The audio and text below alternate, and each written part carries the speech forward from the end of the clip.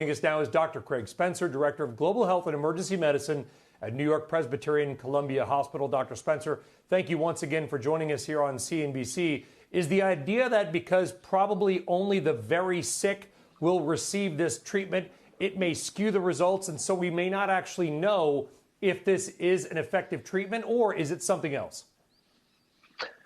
Well, to date, nearly 100,000 people have already received this treatment. I don't know that there's going to be any significant difference with this announcement in terms of the amount of people that actually receive it. It's already been used pretty broadly. The problem is we actually don't have that good data to show whether or not it works.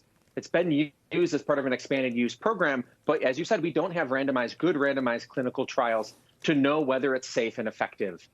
Plasma has been used for over a century for things like diphtheria and measles. I got it as well for Ebola. We know that it works for some things. It is also proven relatively safe. I had problems with it. Other people have. It's not completely innocuous. So it's important that when we walk into this decision, we're prioritizing the public health and the science over really the political prerogative.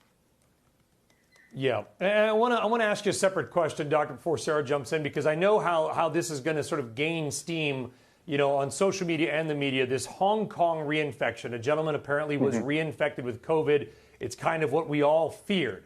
But is there a way in which this is actually pretty good news? And I'll tell you why. Because, as you know, and again, if this is wrong, please let us know, because it's going to be cycled as bad news. But isn't this how the body is supposed to react? Because the gentleman did not get symptoms. And maybe it points to some kind of greater immunity or resistance to it the second time around. It's a really great question. That's important. You're right that it's going to be framed as something really scary. All of the people that survived COVID many months ago, including here in New York City, where I took care of patients on the front lines, are going to be worried that they could be infected again. I'm not an immunologist, but everything that I've heard and everyone I've talked to have said this is exactly how the body's supposed to work. We always knew that immunity was not guaranteed.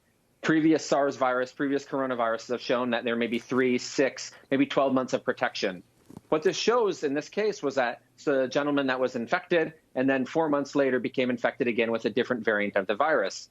As you pointed out, he didn't have symptoms the second time. So one would assume that having symptoms the first time, even if it didn't prevent him from getting reinfected, it prevented his body from having a severe illness. I just wanted to quickly button up the conversation on plasma, because a lot of people pay attention to this news and it helps with consumer confidence. And I think it helped with the stock rally today and everything from airlines to cruise lines. Have you used it on COVID-19 patients in the emergency room? And as an ER doctor, don't you want more emergency use authorization for anything that's even has a hint of working, so that we can try it in real time? We're in a pandemic. Absolutely. That's a really important question. Yeah, we want everything that we can that we know is going to be helpful. What we saw, however, with a previous EUA for hydroxychloroquine is that even though we knew that there wasn't evidence to support its use, and well after it was clear that there wasn't evidence, it continued to be used and it continued to be part of clinical trials.